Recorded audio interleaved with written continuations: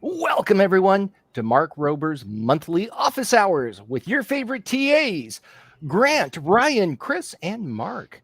I know you've got other favorite TAs. They might be coming. We don't know. Well, anyways, so how's it been going in the course, guys? How's everyone doing? Pretty good. We had to do. I had to do a little bit of catch up yesterday to see what was going on because I was busy over the weekend. But seems to be a lot of posts yesterday. I think you mentioned there wasn't a lot going on today. We had a few posts in our group, but it was just catching up, trying to find out where the projects have gone from last time. I've taken a look. Some of them have gone ahead with the projects they've done. I found some of them had trouble with some of their electrical systems and skipped it altogether and built something else. I was talking to one girl who had issues with the knob that was shown in the Mark Rober videos. So I spoke with her about it, and she ended up skipping the whole thing altogether. I gave her some info on how to fix it and how to do it, and I'm not sure if she got back to it. But there's a lot of good projects in there. I think a lot of them are leaning towards Christmas now.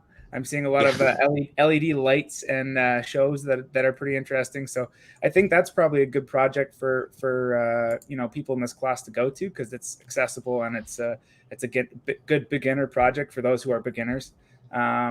So yeah, it's been an interesting one for our group. What do you think, Chris? Yeah, a couple of those Christmas ones, honestly, some of them just made me smile just because they were just, I mean, they were just a happy project, right? Mm-hmm. So this project trying to be, combining electronics with art, and I love it. So there were some really, really neat ones out there. So it was, I saw one with the wreath. The wreath I thought was interesting, where you could walk up to the door and the sensor would turn the lights on the wreath. He was having issues with some of the lights that were on his deck, but he got it to work in terms of motion sensing if somebody were to come up to the door. And I just thought that was real smart, right? It's just a great idea to have. It's simple enough to make, and he got it all hidden away in his wreath, and it doesn't, it wouldn't distract from the look of it. If anybody needs an idea of if you're not particularly keen with Arduino, I'm going to share this with you in the view. This is for the students because you guys are all capable of this. But basically what you do is you take a bunch of LED lights and you wrap them around a pole, and then you string monofilament line to make a Christmas tree, and it makes a cool effect. So that's you guys know. I'm just skipping through to look. This looks really cool. Super simple. Wow, that's I'm surprised that I haven't gotten maybe any Christmas themed projects in my group so far. Oh, that's interesting. I'm a little jealous. Those sound like a lot of fun. maybe I'll have to look a little harder. Yeah, that's true. That's true. I do have two separate individuals both making automated Etch-a-Sketches though, which is fun. Oh, that's cool. Yeah, I think it's a cool project because there's plenty of examples out there on the internet for them to use as a reference, but it strikes a nice balance of being a complicated enough project to be a challenge, but there's enough resources out there that if things don't go exactly as planned, there's hundreds of people who have built something similar with codes and their own troubleshooting. So they've been having actually pretty good success with those. Oh, wow. That's great. Yeah. Yeah, I had one that used two stepper motors off of looked like old floppy drives to make a little sketch thing. And when they showed me what they had planned, I was like, yeah, that's too much work. Don't do it. And I'm glad I didn't say that because I just sat back and I'm like, it is going to be a little bit of work, but it came out great. It worked. That's awesome. So I would have been a wet blanket on that. Yeah. So. Yeah. There was a really cool idea. I don't think this student has fully worked out all of the kinks and bugs in the code right now, but the idea of it is super cool. They are an artist, and I think they created a piece of art, but then printed out just the black and white lines on a transparent piece of probably just like acrylic or something, and then they got a matrix of LEDs, and we're going to use the matrix of LEDs to add the color to the picture from behind it. Wow, that sounds Um, complicated. And they, yeah, because they have to take the color mapping of their drawing and then, transpose that to the LEDs, which is what they were working on. And they had made some pretty good progress, but they hadn't got it worked out entirely yet. But I thought that was a really cool idea. Were they using individual LEDs or were they using strip? No, I think they had these. They bought these arrays. I think they were like 64 by 64, Okay. just like LED grid arrays, and they had like several of them that matched the dimensions of the picture they were making. Oh, cool. Okay. Yeah, they were like, hey, I'm struggling to figure out how to, take my colors and assign them to this. And I was like, that's a good question. That's a really good question. Yeah. It might mean that, you have to do them one by one. You sort of like Photoshop out a grid of all of how many pixels you have, and then you overlay, your picture on top of it and assign different color. That's what I would do. But I'm sure there's you could, if you're really adept, you could make some sort of program or something that automatically scans that for you. Well, I mean, that is what a bit map is, right? Mm-hmm. It's a map of the bits. Yeah, I was gonna say you can reduce the bit depth of the image to kind of bring down your color scale a little bit, so you have just less shades. Let's put it that way. Right. And then yeah, that's cool. There's one project in ours, and I had worked with her one night, I think a week ago. But she made it was basically like the Big Dipper, some stars behind it, and it was to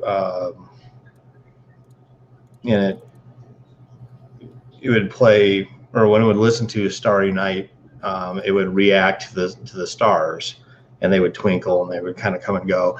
And what was really neat about that one is she used a combination of some fiber optic for some really fine, like small stars, 3mm LEDs, and then 5mm LEDs to make the main Big Dipper itself. So by changing the scale and the size of those LEDs, it really, I think, made a nice effect. If it was all the single size of LED, I don't think it would have been nearly as successful as it was by changing that intensity and the size of those. I thought that was a really that was a really neat project. I was just looking at that one today, and I thought it was interesting because she was also, I think, trying to learn to play it on the guitar, right? So she was combining this project with learning guitar, and then the way she actually hid everything inside it was really beautiful too. Like, it was a mess of wires. There was so much in there.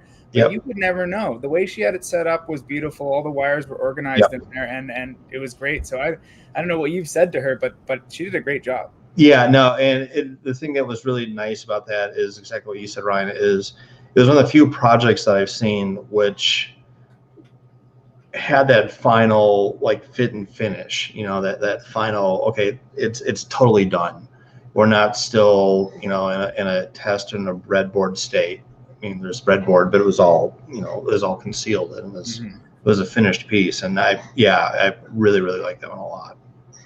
So yeah, that's really cool. I really love the idea of different size LEDs for making constellations look more authentic. I'm currently building a constellation style puzzle for an escape room that involves a telescope and stuff, and I was going to make constellations out of LEDs, but I was not planning on using different sizes. But I have those two sizes, and I'm going to do that now. Yeah, it was a really cool effect, because the Big Dipper, I believe it, 5mm, and everything else was in the 3mm size, and then some really fine fiber optic pieces in with that. It's smart. It's really smart because when you look up at the stars, they're not all the exact same size and brightness. They vary, and that's a really simple way of achieving that variation using things you already have. Yeah, it was well done.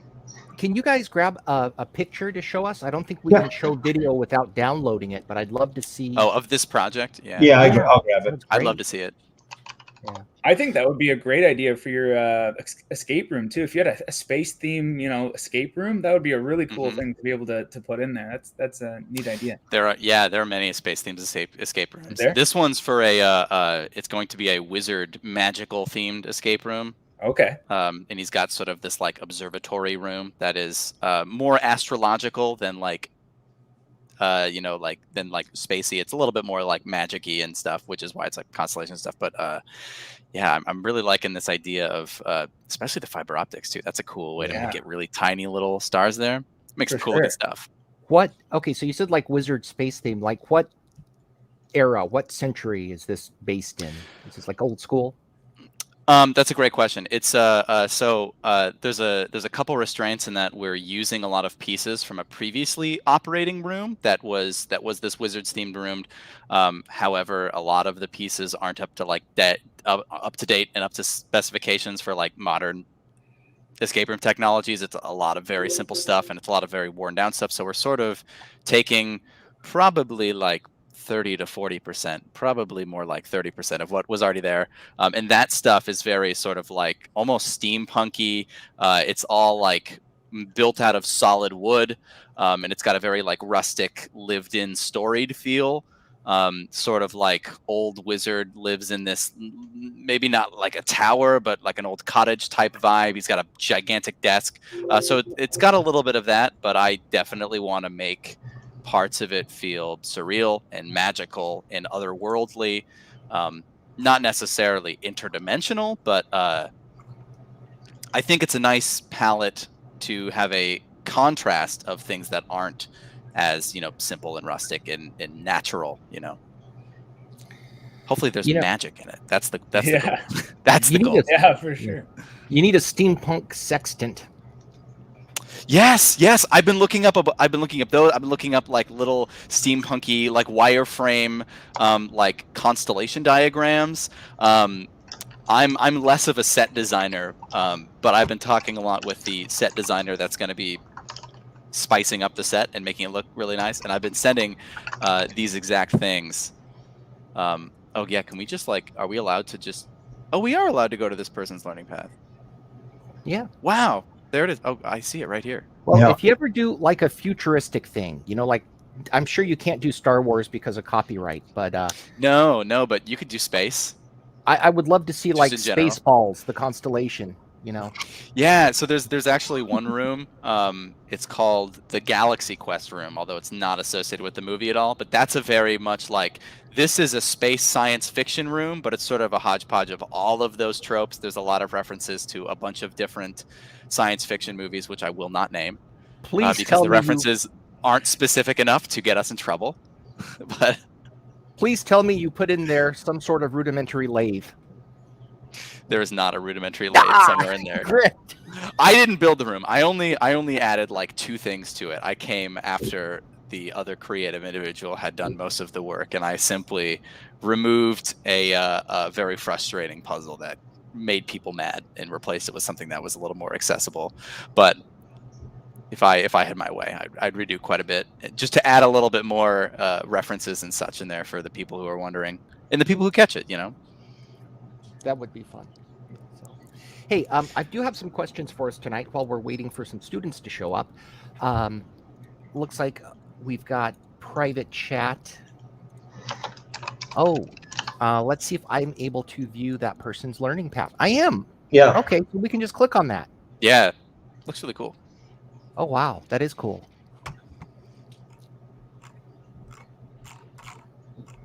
Although that does raise some concerns. All you really need to know is the person's name, and you can... Yeah. I would hope we were sequestered a little more than that. I mean, I don't know. Hey, I've got a student who needs help. Mm-hmm. And first thing that I would have done is told this person to don't do this project. However, he's a grown man. He's an engineer. He's got incredible ideas. And again, I don't want to be the wet blanket that says no. And I came up with an idea that I sent him right before this happened, but I want to share it with you. Mm-hmm. He wants to create a fan that mounts on the wall so instead of having an oscillatory motion, which would be easy, he wants it to go on a circuit. So he wants the fan blades to kind of follow a track, like a race car track on the wall. And when they're going one way, they would have to be pitched one way. And when they go the other, they would have to be pitched another so that they somehow push air down. So let me give you some constraints, but first let me make sure you guys understand the problem. Yeah, I think I understand the idea. I can visualize it. I think. I just don't know if I'm visualizing it correctly. Can I try to explain it to you? Mounted, or is it ceiling mounted, or both, or where's the track? My understanding is that the track would be on a vertical.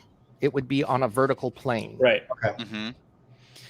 And it would be about how big? Like, not mentioned. Okay. But big enough that you can have several fan blades on this track that go around in a circle? Yes. And then would the fan blades stay fixed in their position as they go around, or would the fan blades be able to rotate themselves? He would like them to rotate themselves.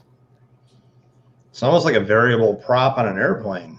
Yeah, that's what I was thinking too. And helicopters too, I think, use a similar system. But that was well, he's trying to force the air. He's trying to force the air down the wall, not across the room. Yes. Interesting. I am not familiar enough with aerodynamics to know whether or not that fan could blow air and in what direction it would blow the air. But it seems to me that that's tricky. I don't know. Would that work? I feel like it could, but also I don't know if I know enough about air and physics and stuff to know if that would work. I don't think it really matters which direction the fan is pointed. The fan can be pointed to be parallel with the vertical surface as long as there is a duct behind it. So if he wants the air to go down the side of the wall, he can always duct it back, if that makes sense. So you can have a 90-degree duct at the back side of the fan. So instead of having to run the fan parallel to the floor, you can run it perpendicular, parallel to the wall, which is my understanding of how he wants it to run, and just have a duct across the back. So have a traditional fan redirected. Yeah. And there's no reason that you couldn't you'd probably want to do it with the stepper motor, because you can address how far the motor turns and have it change the pitch of the prop. Interesting. Okay. And as far as and then there's always the concern of having giant fan blades spinning around on a wall. So either you make a ducted fan out of them, or they're completely enclosed and shrouded, or you can use a softer material, because they have like those foam fans that don't have a cage around them. They're just an open fan, but if you stick your finger in them, they're soft and they'll just bend. Yeah, like neoprene or something. Yeah. Yeah. Brian, do you have any ideas?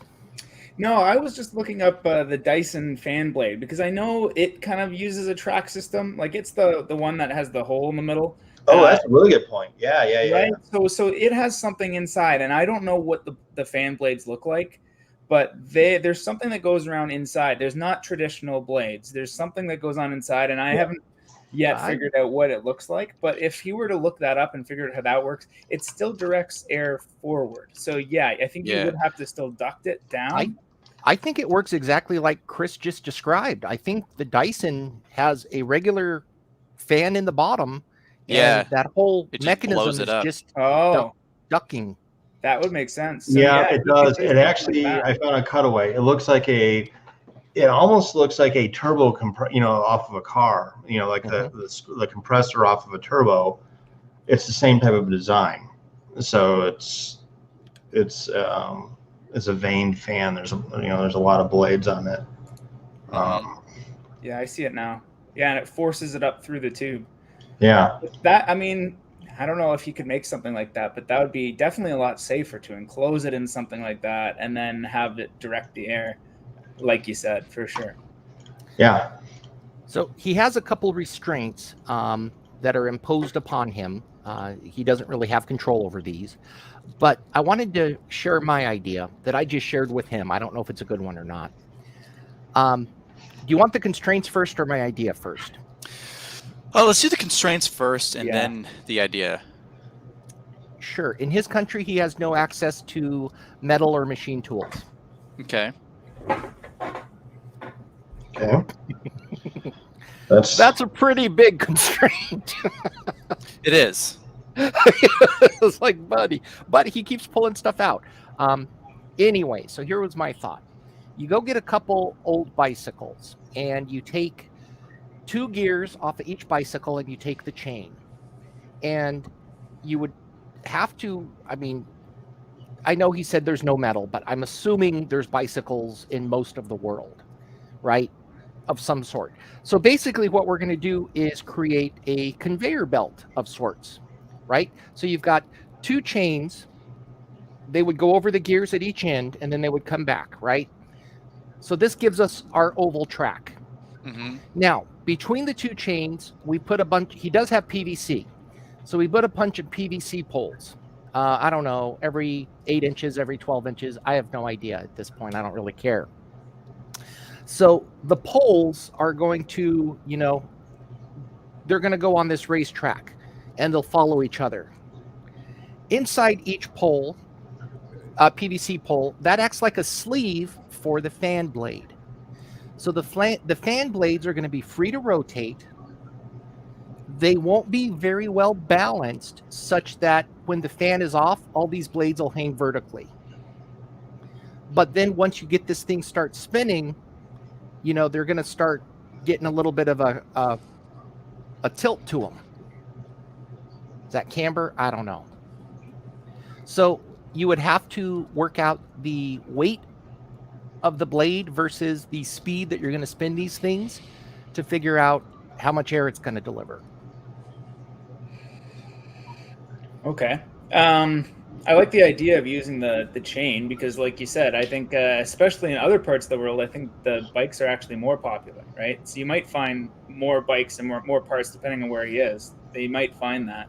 I do wonder about how the blades will sit. Like you're just relying on gravity for them to turn, right? But I almost think it'd be better if they didn't. I think it would be better if they were fixed in place. Then you got to figure out how exactly they turn through the design. So it's a challenging one for sure. If it was a fixed blade, you could just, and it was an inducted housing. If you could just rotate the housing 180 degrees, you'd have exactly, either the push or the pull that he was talking about. So, I mean, of our ideas so far, I love Chris's. I don't know if I love mine, but I was trying to work within his constraints. Well, I don't know. My idea was, I didn't think it was too bad until I heard what the constraints are. Now I'm a little more stuck on that. No, I don't think so, because there's always ways to form materials.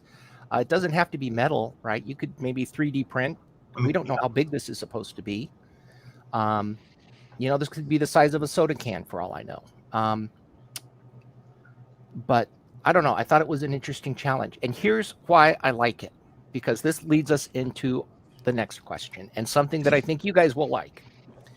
So when I was thinking of that, I was thinking, okay, I don't know how to do the linkages for this. Certainly somebody's done linkages, right? They know how to make things move, and all that. Wonder what the math for that looks like. So I looked up this thing that I knew that I've seen before. It's called the Strand Beast. Have you seen that? I have. Yeah, it's like this walking creature. It's amazing. Yeah, they look so creepy, but they're so cool. So I'm like, how do you design the linkages for this stuff, right? There's got to be equations. I'm sure it's not simple, but it's got to be equations. So then, and this was right before this all happened, I came upon this this thing. Disney has software called Chakra. Chakra. I haven't found it yet, but this is my plan. As soon as we're off the phone, I'm looking for it.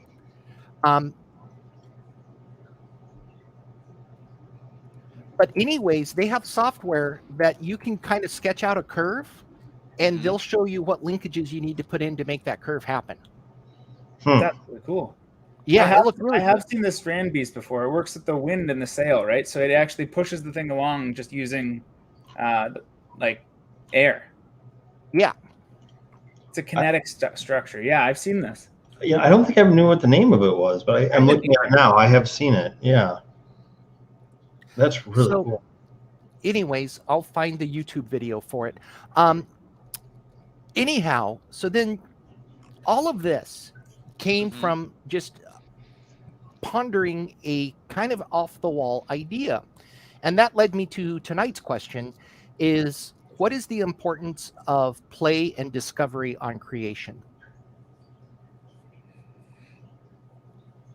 I think it just brings, it brings fun to the project. It brings something that you might, enjoy doing. I enjoy creativity. Like I was always into art. I was always into, creating stuff, anything, whatever it was. I was drawing as a kid, and I turned that into design and 3D modeling and stuff.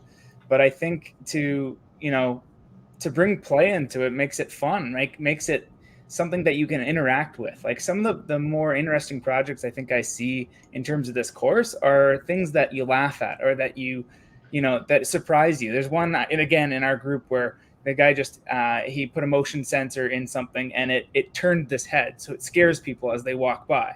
And that's fun. That's just playful. It's fun. It makes somebody laugh, right? You scare your sibling or somebody that is coming to visit you. It's just fun and it's cool and it makes people think and go, oh, like, where did you get that? Oh, I didn't buy it. I made it. It's really cool. It provokes other people to think. And it creates some enjoyment in your project and you can be proud of it. Whereas, if you just program an LED light, that's cool. Show it off. But at some point, you might want to do more. And I think that's the idea of this next part of the course is that they're supposed to take what they've learned and do something more. So it could be their same project and move forward with it or do something new. But I would say if they've done something and they're not super excited about it, do something more fun, do something playful and cool that you're going to be proud of and you're going to want to show off to your friends, because that's the most rewarding thing to do. That's my opinion anyway. Yeah, no, I definitely agree that there's two aspects of it. There's the aspect that you're talking about right now where it's like you have to have a sort of element of play within yourself, that when you're just sort of playing around with stuff and having fun with it, you're going to, naturally learn a lot more than if you're just trying to force yourself into doing something. So if you could have fun while discovering things, you'll open many doors. You'll discover a lot more things, and you might end up somewhere totally different than you originally planned. And it can be super fun and rewarding to just get lost and follow your curiosity and fun when you're building something. But then also, the thing that I'm resonating a lot with this conversation is that well, one, so like my formal college education was theatrical as an actor, and all of the sort of ideas about that always go in terms of acting, always go back to being playful and finding this sort of playful dynamic and relationships and whatnot, and just how persistent that is. But also, like when I'm making stuff for escape rooms and stuff, I never approach things from the stance of how do I make a really difficult puzzle that is going to be really hard for people to solve, because that's going to be really frustrating for a lot of people. I always approach it from the angle of how can I make something that's really, really fun to play that people get lost in, and then I can trick them into doing puzzles and playing an escape room when they're just playing a game, and they can sort of forget about that. And if it's fun, and I figure out how to find that, to capture that elusive fun playing, that play, then it results in a much more enjoyable experience and better build. But yeah, both that and also finding the element of play yourself when you're learning something new and being wrong, following your curiosity, making mistakes and doing weird things, and finding Strand Beast and stuff. It's a vital element of making things. That's a great connection with your job. That makes so much sense. Like if you're going to go into an escape room, you better have fun with it. I've had some that are really tough and it's not that fun, right? Yeah, Whereas that's get not other the ones market. that are really creative. Like you always see movies where there's a shelf that moves and you have to move the shelf. And then there's so many creative things that you relate, like we were saying earlier with movies or wizards or whatever it is. It's something that people relate to. And your job is exactly that. I think it's in encouraging play for sure. Yeah. Chris? I think that like fun and creativity are paramount to the success of my projects. So if you find yourself getting excited about something, and you're like, oh, this is cool, and you build on that excitement. There's a certain level of success that I've found in my projects where I have that emotional investment to them. If it is something I'm doing just for the sake of doing it, either it's something for designing something for work, which is a boring project, or just something you're just doing for the sake of getting done, it doesn't have the same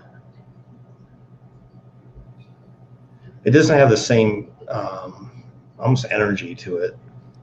And I think the projects that are really that either make you smile, that make you think, that make you question things, are the projects that clearly somebody had a lot of passion into, and that translates into the build.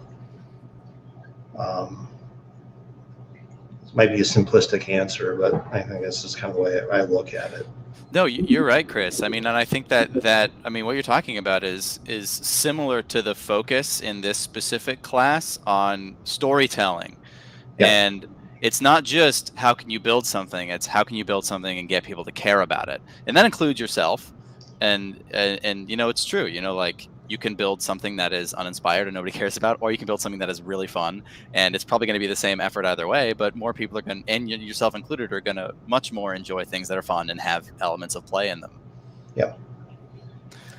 See, I think it's vital for creativity. Play is. Yeah. There's something that, as a teacher, we used to always tell students, there's no such thing as a stupid question. Mm-hmm. Okay, now objectively that's just false, right? Yeah. Some of the stupid questions I've heard, like Mr. Hughes, how do blind people drive? They don't, Timmy. They don't.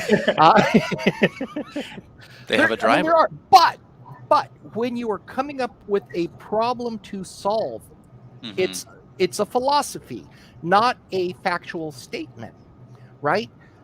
Let's say that we want to put a new fan on the market, right? Because we're talking about fans this evening. Now, the route that we got to was we should just put a ducted fan. Done, right? That is the most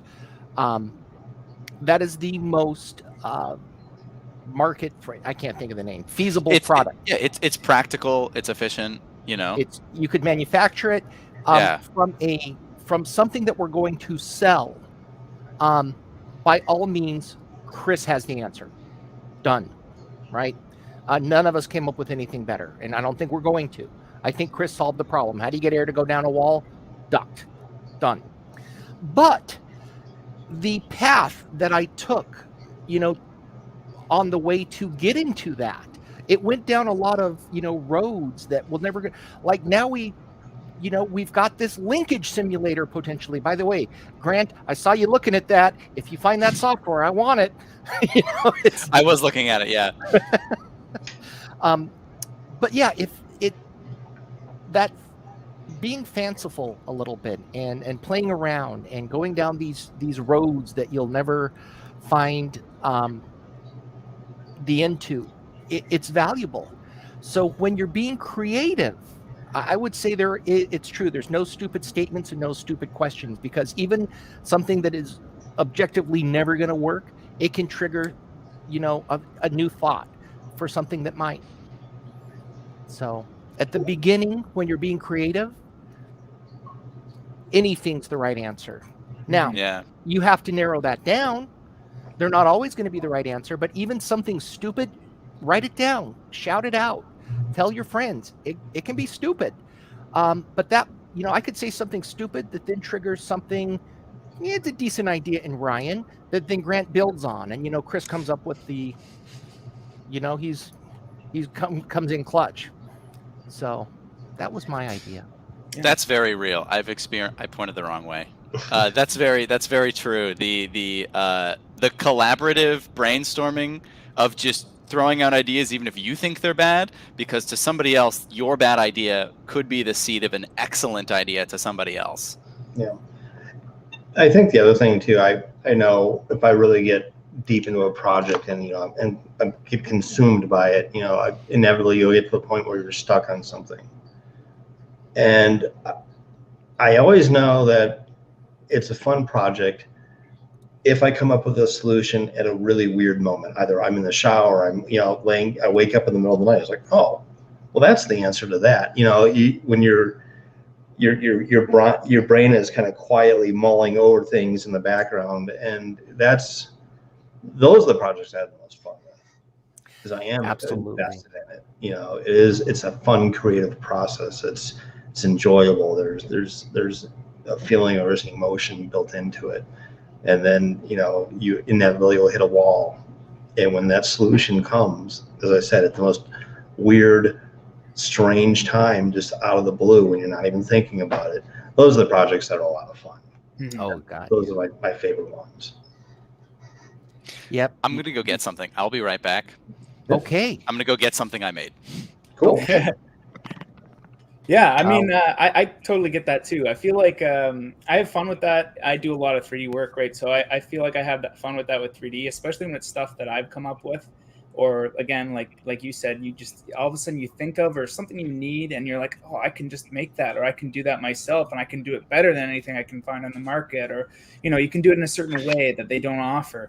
So, like for instance, the other day, I was reorganizing this desk. I went to IKEA and I got some stuff that I wanted to create. I wanted to create a new space here. So this is all brand new from the last time we spoke. But I noticed that like there was no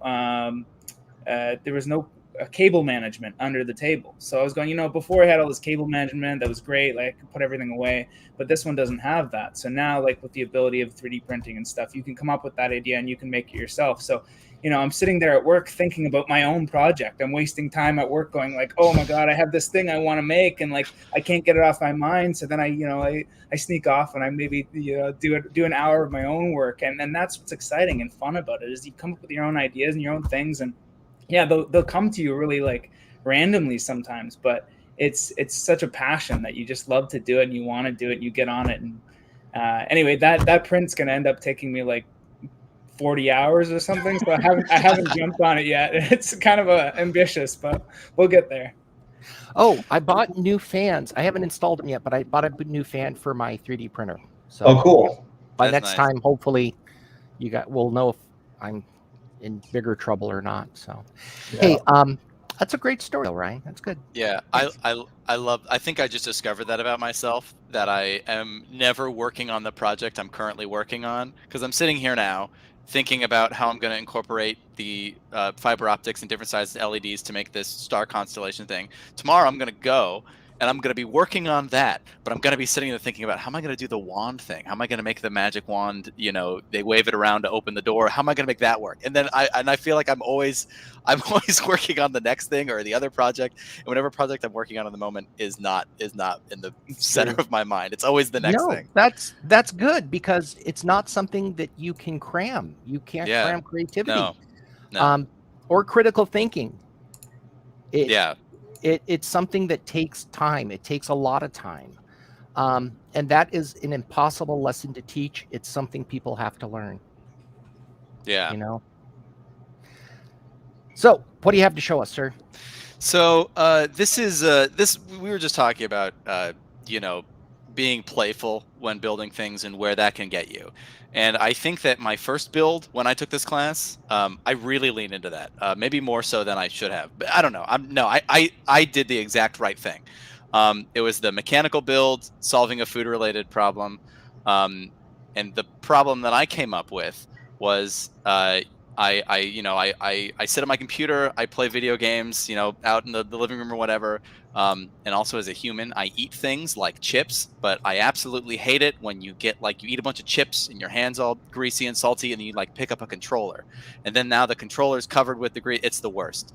Having a greasy controller is nobody's my friend. Or a mouse. Yeah. Exactly. So Yeah. I was like, I'm gonna build a device that lets me eat food without having to touch it. And what was funny is to a spoon? This is so.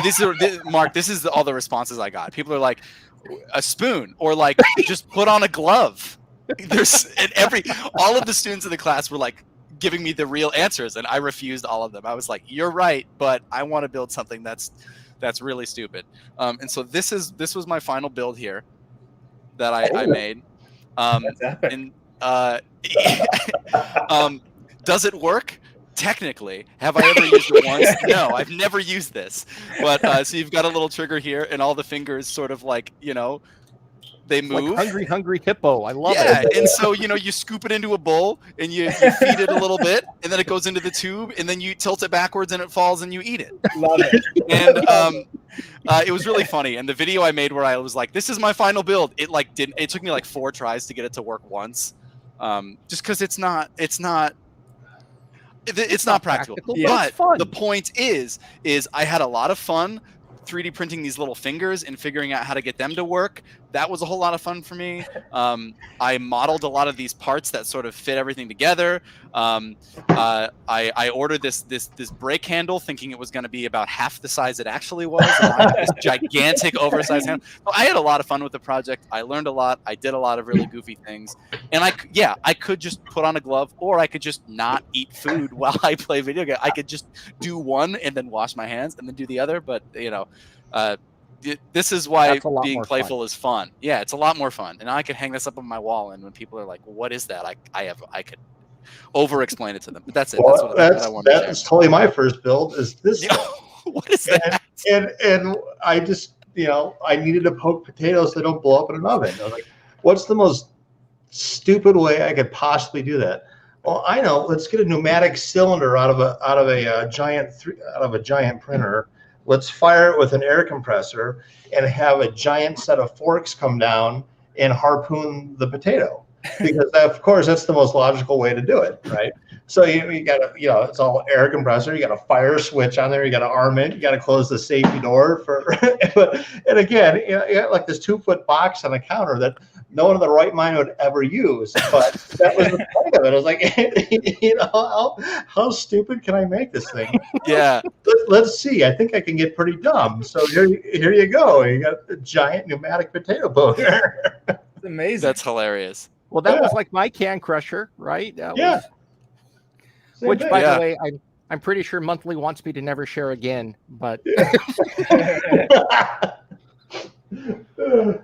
no, that reminds me. There's a channel where a guy actually he does random things. He uses Rube Goldberg's to feed himself, and he uses all these different tactics to, like, while he's playing a video game or something, he'll feed himself. But they're always wacky, and they like.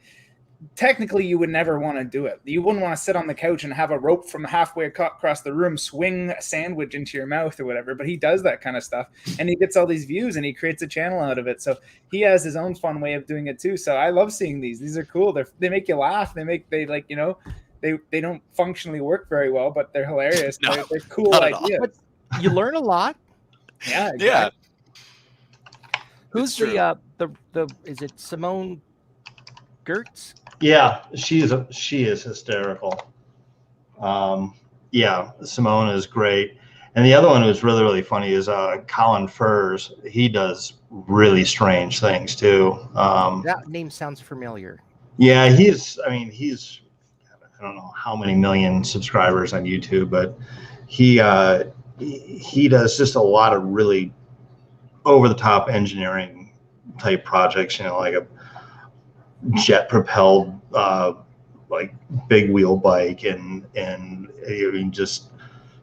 he dug an underground trench is what he's working on now for like all his backyard stuff. Yeah, he's a English guy, and he's hysterically funny.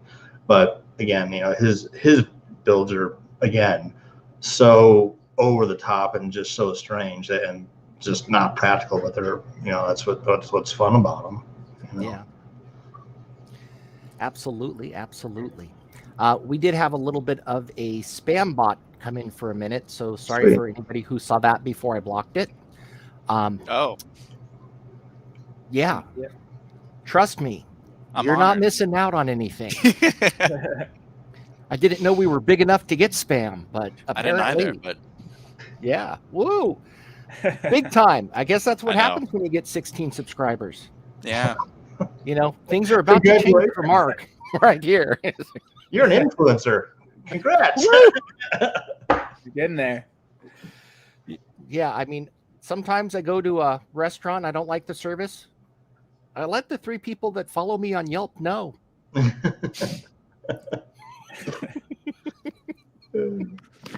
So, all right. Before we do another question, I keep meaning to ask, Grant, were you able to help young Caleb?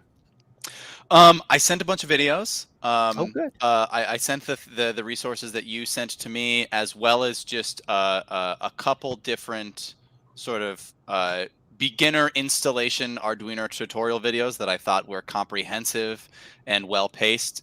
Just walking through setting up everything from taking it out of the kit to installing the software either on a PC or Mac, and then running just the first Blink program to make sure everything is working.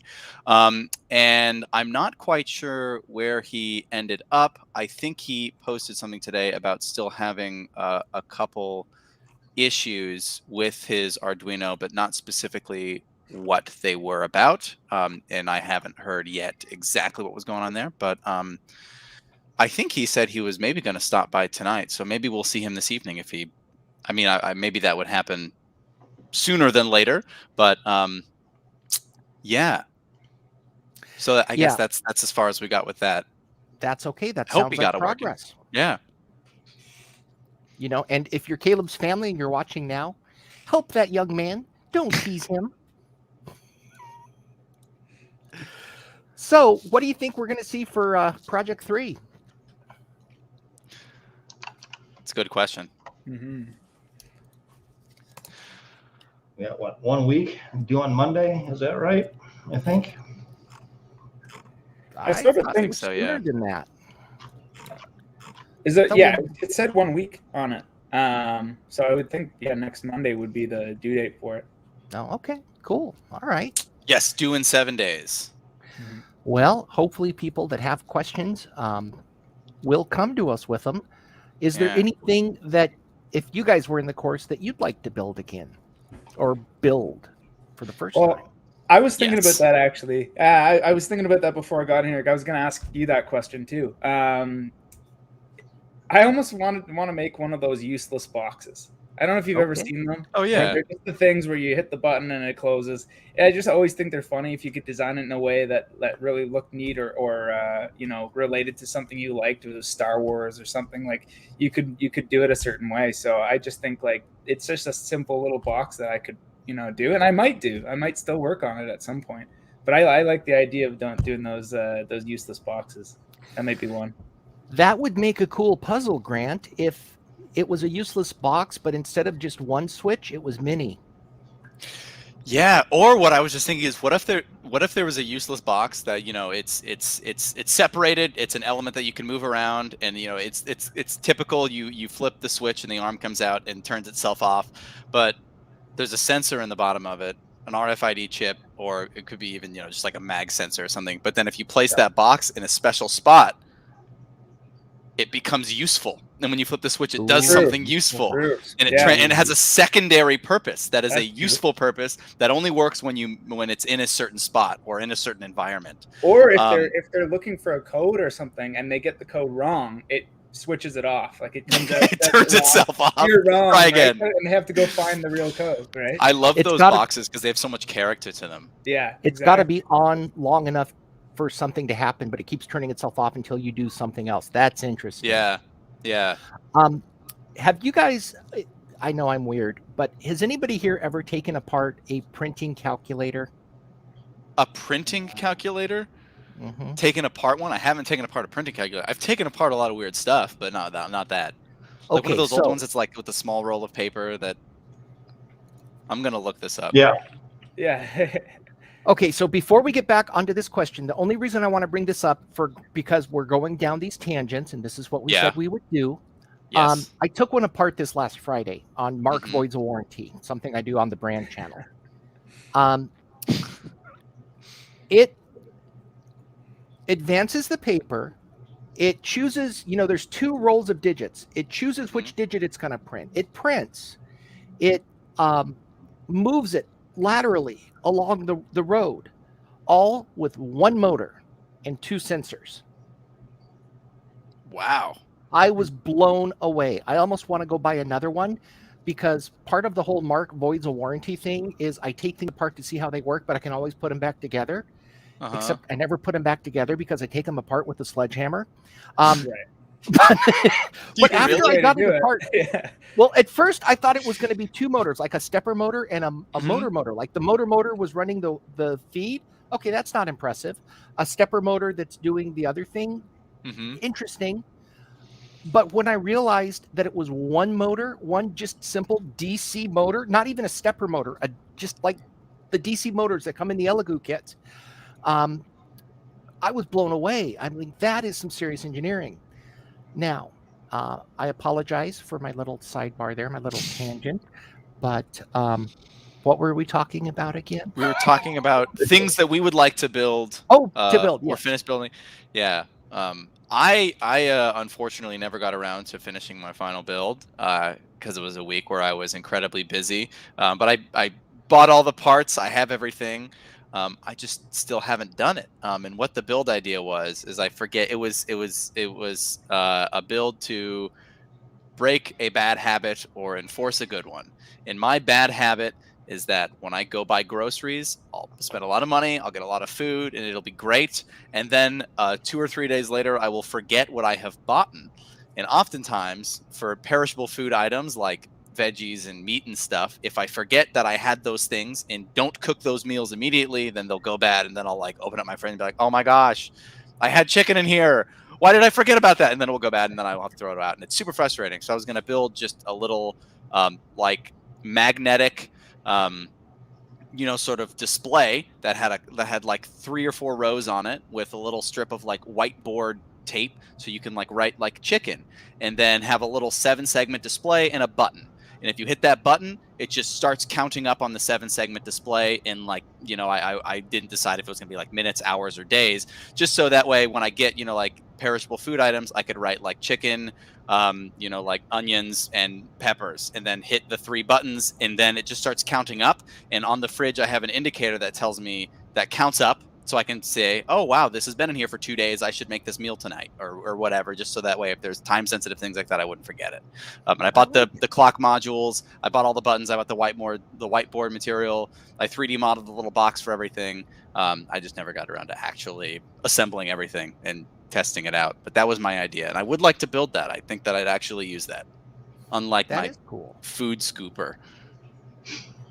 It would be super useful. I feel like I did the same thing. You go and buy stuff and you just let it. Yeah, Let it like go I have so bad much over time. food. You just don't know. Yeah. Yeah. I don't know. Chris, how about you?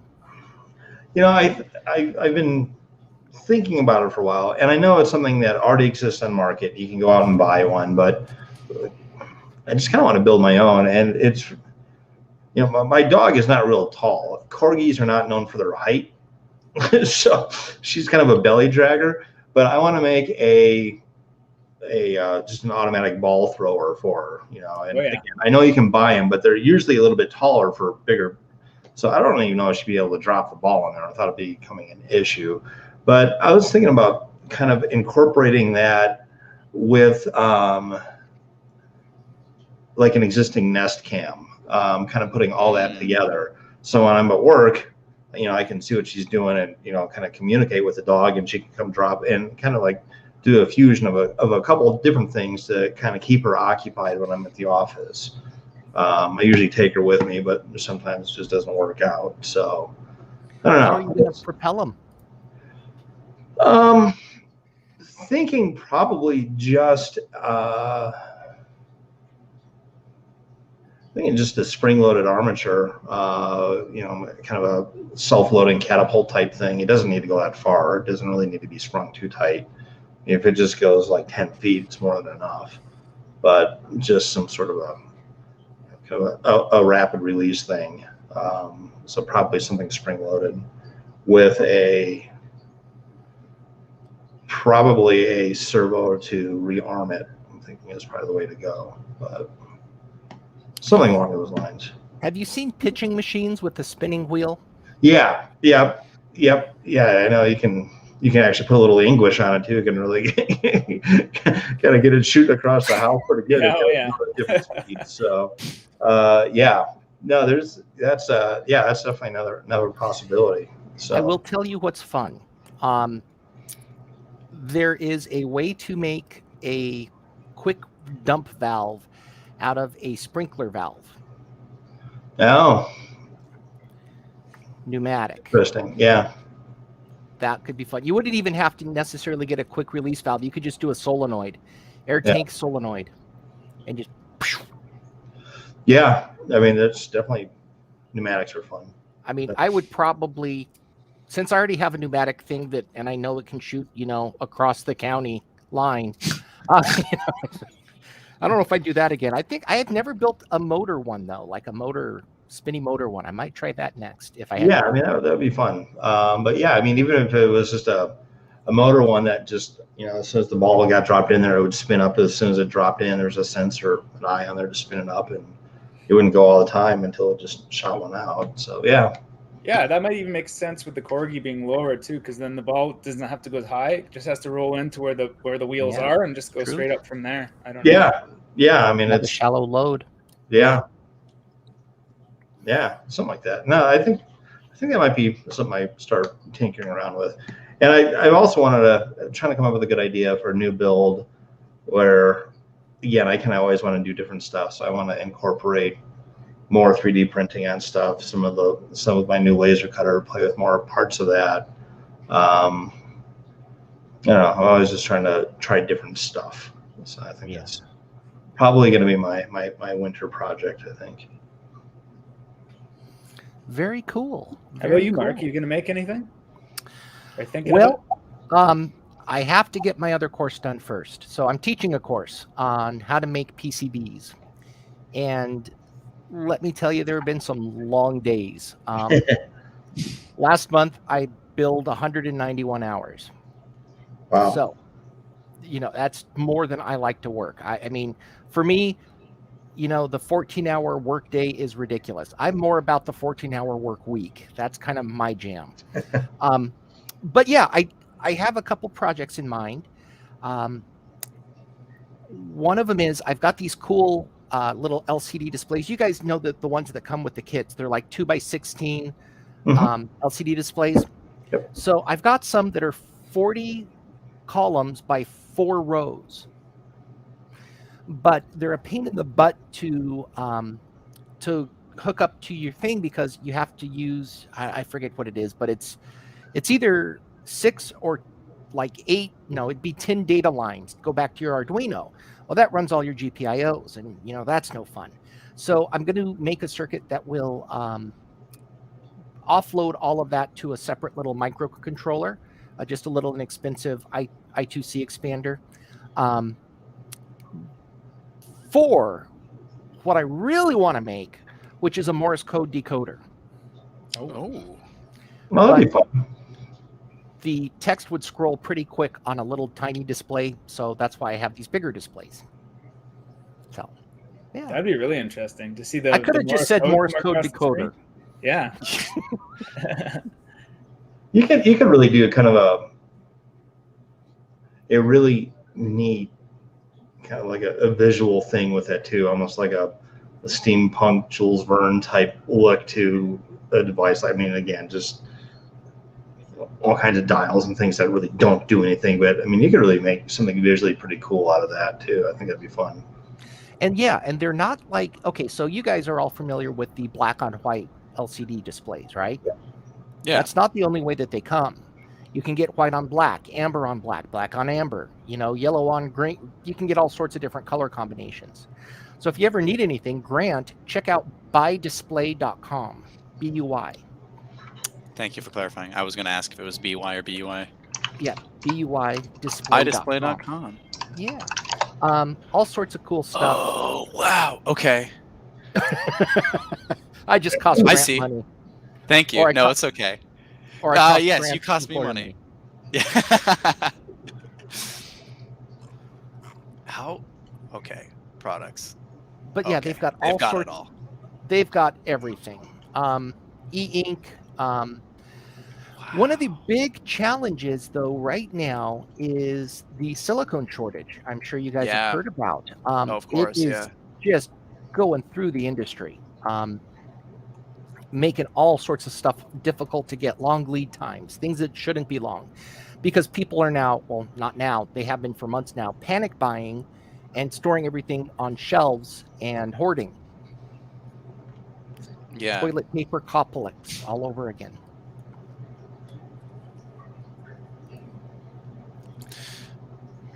That's a cool site. Yeah. That is a cool site. I need to stop looking at that right now. I need to come back to that later when I lost. need something. When I need a display, I will go there.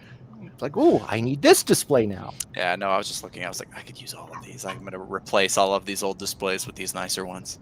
Yeah, there's e-inks. They have e-inks. They're pricey, but Yeah, because I've used a lot of the ones that come in the kits, the LCD displays, the like 16:2, the like blue and white ones. yeah, And they work great, but it's like when somebody walks into an escape room, if they've ever used electronics before, they're like, I know that part. But they have some really nice OLED displays that are the same size but are white and black. And That's exactly what I'm looking at right now. the little OLED ones, yeah. Yes. well, no, if you go down to products and you look under those LCD displays, the even the Arduino stuff, all sorts of cool colors that people just haven't seen. Yeah. They also sell these on eBay, the same company, if you don't want to Yeah. pay for a large shipment from China. Oh, that is nice. That's nice. That's really cool.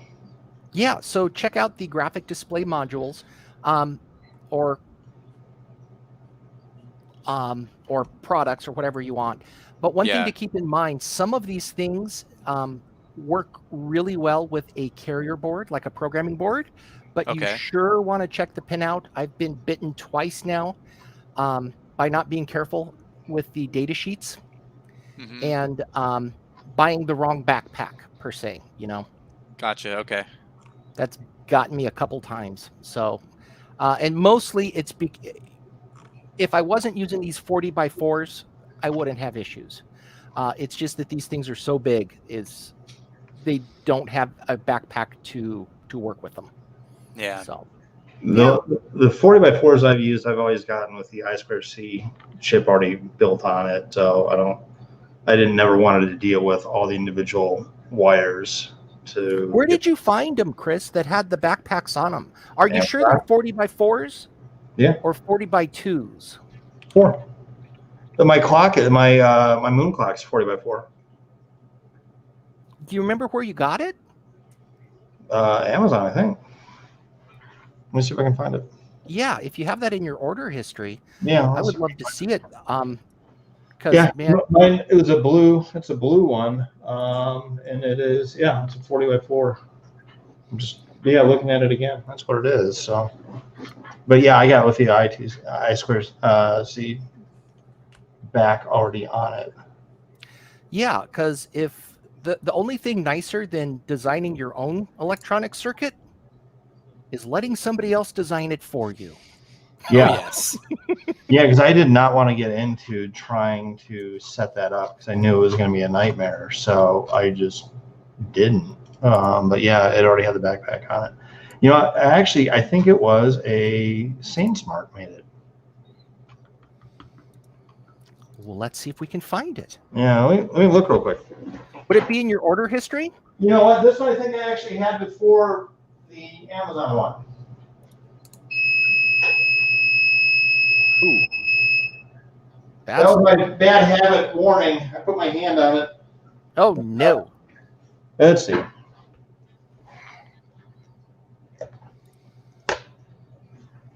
Chris, I'm going to make you big while we look at this, or at least I'm going to try to. Okay, here's a part number for you. It was a SaneSmart part number. It is LCD 2004. And that is with the backpack. Okay, so that's a 20x4. Oh, you're right. This is the 20. There is a 40 out there from SaneSmart. Okay, so I will take a look because we got a spammer again. Uh-oh. Really? This guy? Yeah. Thank you. I'm blocking him now. Uh-oh, an error occurred. Great. How do I fix this? Let's try it again. Block user. Okay, I've got to refresh. I Yeah. might leave the stream. I might come back. We might be done, but I think I'm coming right back. I'll be.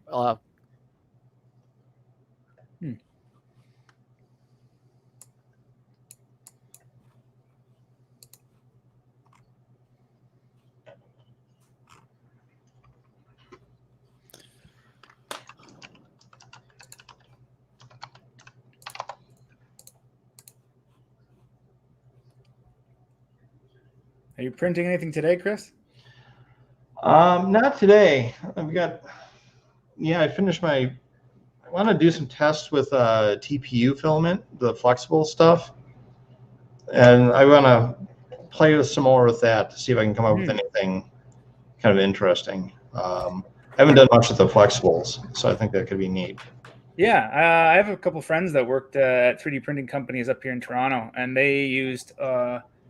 They were talking to me about Ninja Flex. I know that's different from the TPU, but they were saying that was a great project if you were looking for like a silicone-like rubbery.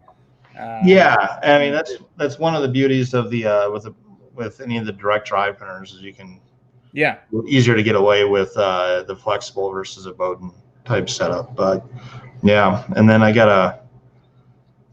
picked up, I don't think it was like a special deal for like $20, but I got one of the little little heated boxes just to kind of pull the moisture out of the TPU to kind of stabilize it a little bit. So I don't know. I think that's my next thing is just do experimenting with that. Yeah, I've been getting pretty excited. I know I asked Grant earlier a couple videos ago about doing updates to my machine and stuff. I think I'm going to get on top of it. I already printed one of those boxes for underneath it. I might switch to a direct drive eventually too. I don't know if I need it right now, but I've been looking at all these videos about it, getting excited. So you can go down a rabbit hole so fast when you're doing all that, but it's so much fun. Do you ever have any questions, Ryan, about what upgrades are worth it, and what are the pros and cons of different things?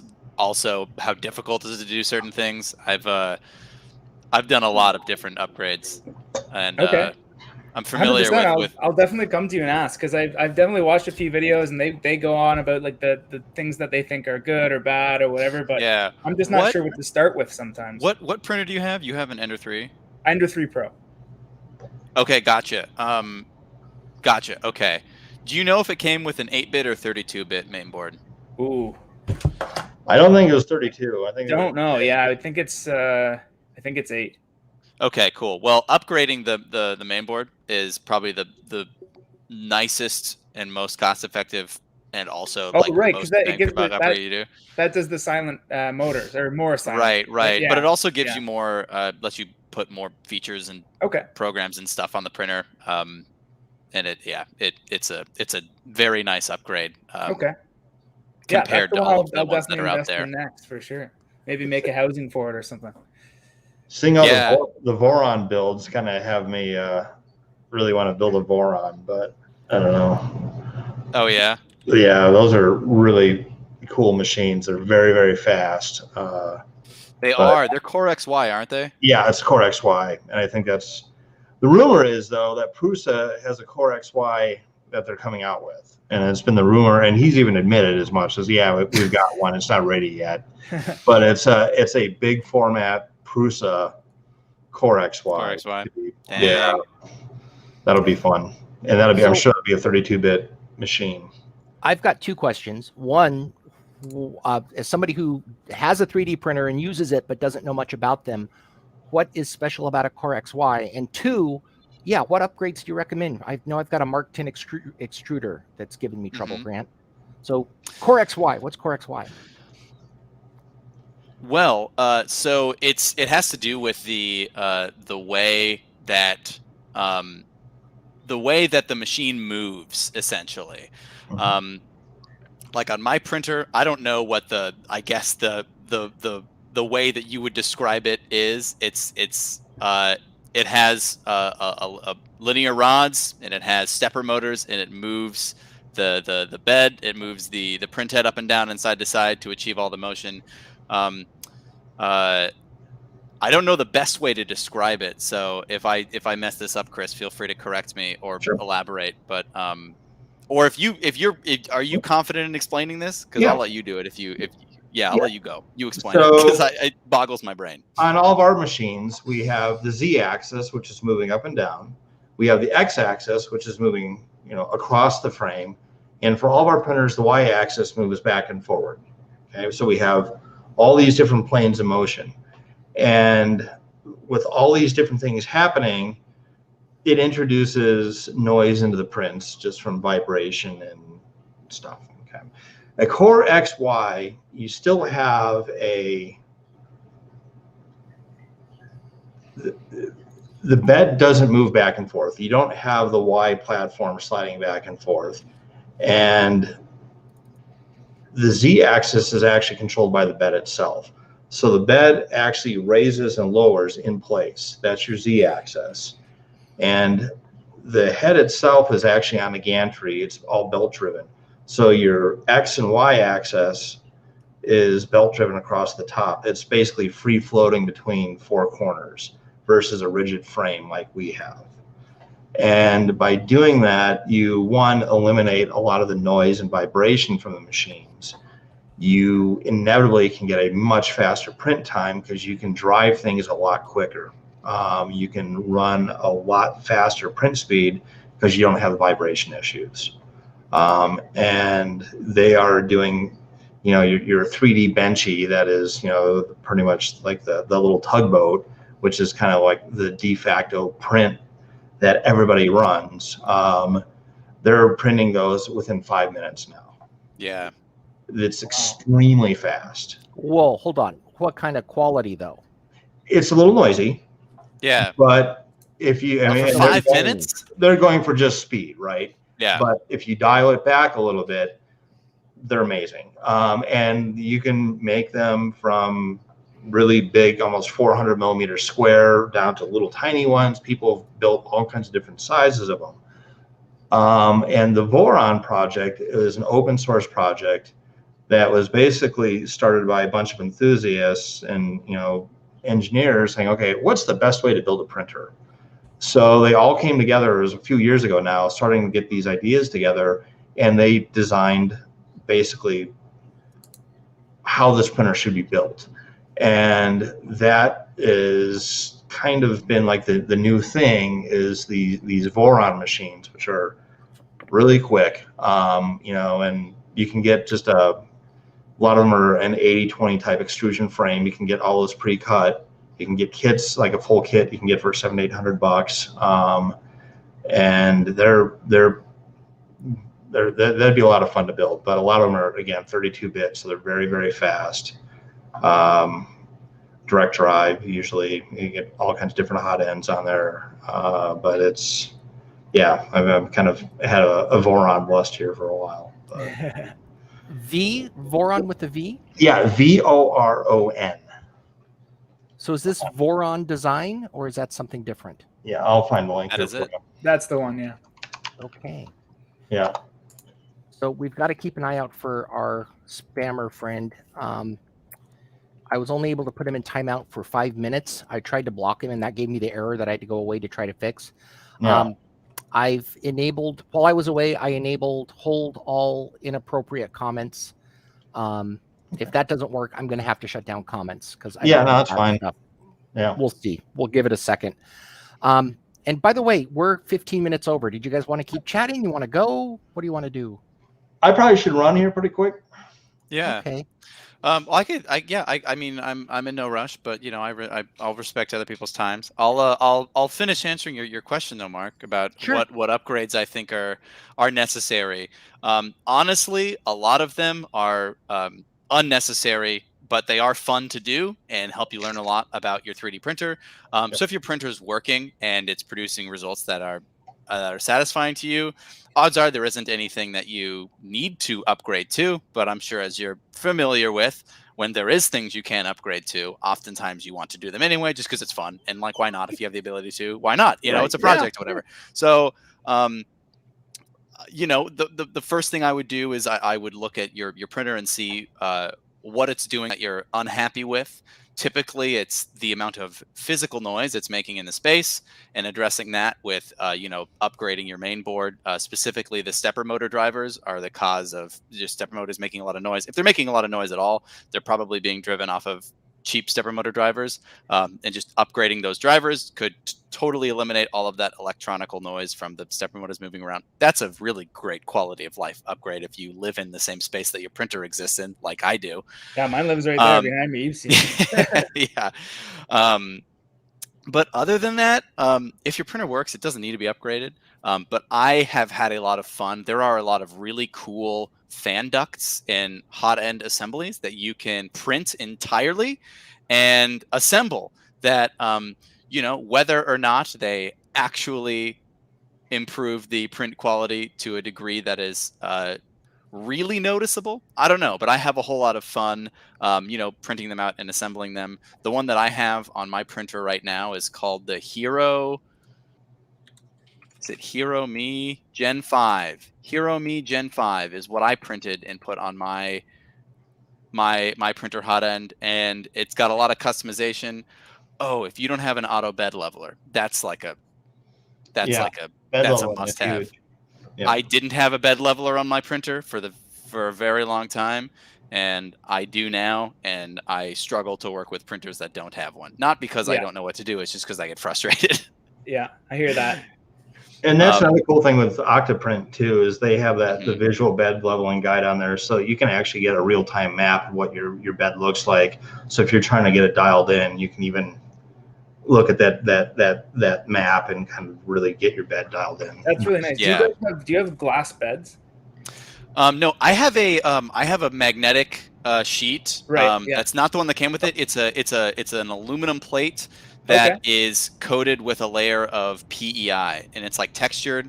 So it's similar to the one that comes with the printer, but it's a lot more durable. If the printhead runs into it, it's not going to melt through it because it's aluminum.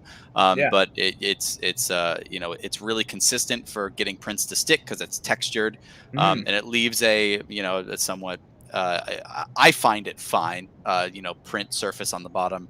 But then it's easy to just take the build plate off and bend it, and then the part comes off. Yeah, that's what I use. I definitely find the one that comes with the machine, at least mine, the Ender 3 Pro. I find it there's spaces where it definitely is higher or lower. It doesn't really settle properly. So then there's areas where it does rub, and it doesn't. The print quality isn't as good.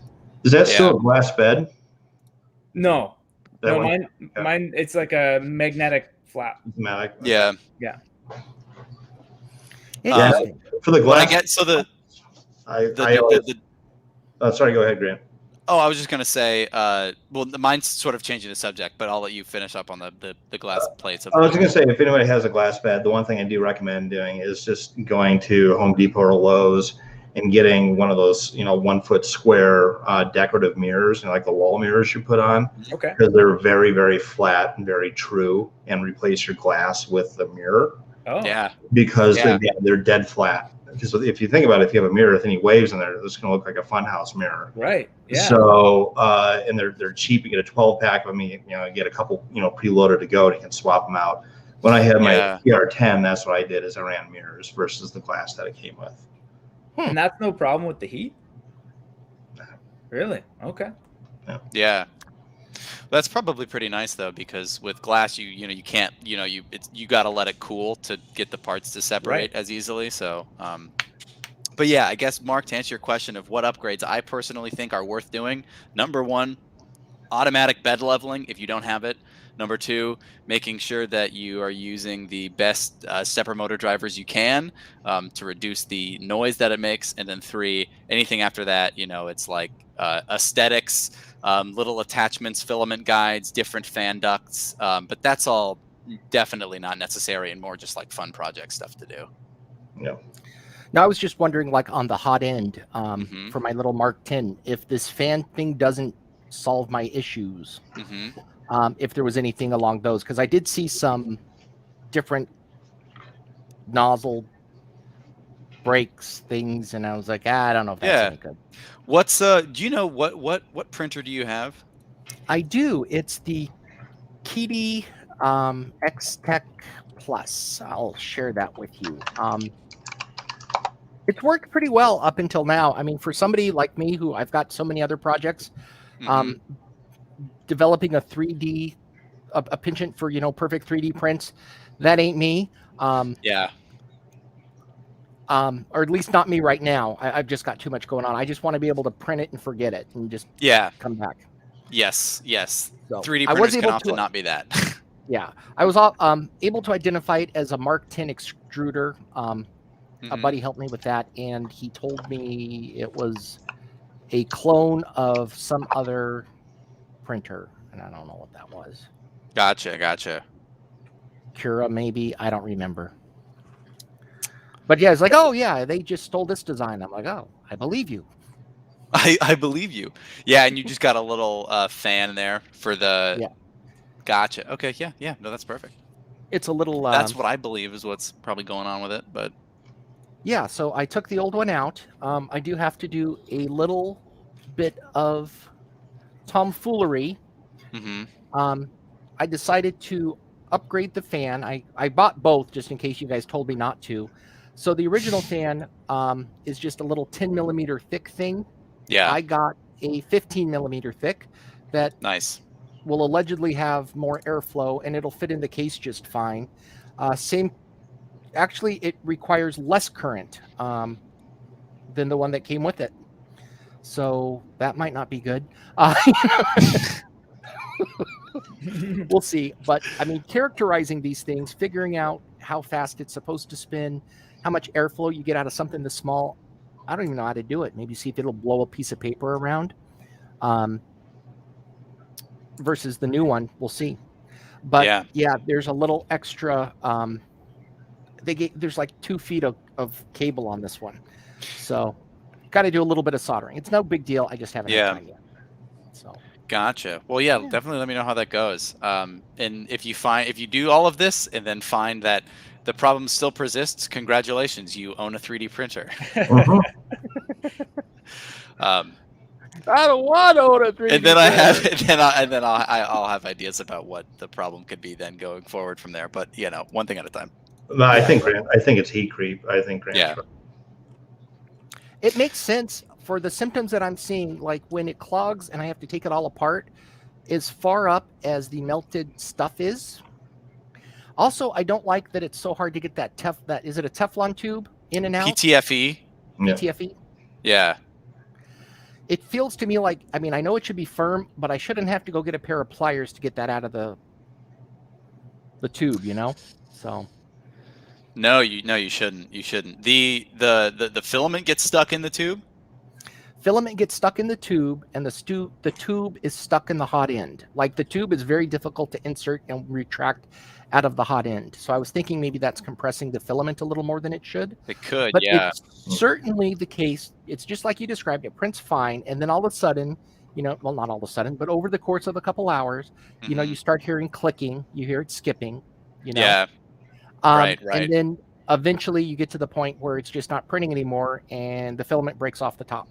Mm-hmm. The couple hour thing to me is kind of the giveaway. Yeah. It's heat creep. So. Well, I literally just had this happen on a printer that I have, where the exact thing happened, and then I was the fan where it was spinning, but it just wasn't, I guess, spinning enough because I replaced the fan and then it solved it. Yeah. Another thing that you could check. I'm looking at pictures of the extruder of this printer. Is the arm that puts tension on the filament against the extruder gear, is that made of plastic? Yes. Because before I've also had a similar problem where there was a crack in that plastic, and that crack alleviated a lot of the tension. So it resulted with a similar result where it clogged or stopped printing, but it was more so because of the extruder not being able to apply enough force to get the filament through. But I don't think that's what's going on here necessarily, because it prints fine and then stops later on. Just another thing to look at. So interesting. Right, I got to take off for the evening. Thanks a lot for the night. we should probably all go, Chris. But thank Yeah, you so we much for should. your time. It's nice seeing you again. night, Maybe Great next- seeing you, okay, fellas. so our next time together is what's today? I don't even know what today is. I think Today's it's Tuesday Friday. and Friday. Friday. I think I'll be Friday around at 6. Friday. So I'll get a link out to you. But if not, maybe come ready to talk about 3D printers. I like learning more. we'll do I'd it. love to. I could talk for 2 hours or 3. Uh, Good night, it's guys. all you. All right. Okay. Good night, guys. All right, guys. Good to see ya. Bye bye. Nice Nice talking to to you all. see y'all. Yeah. Yeah. Bye.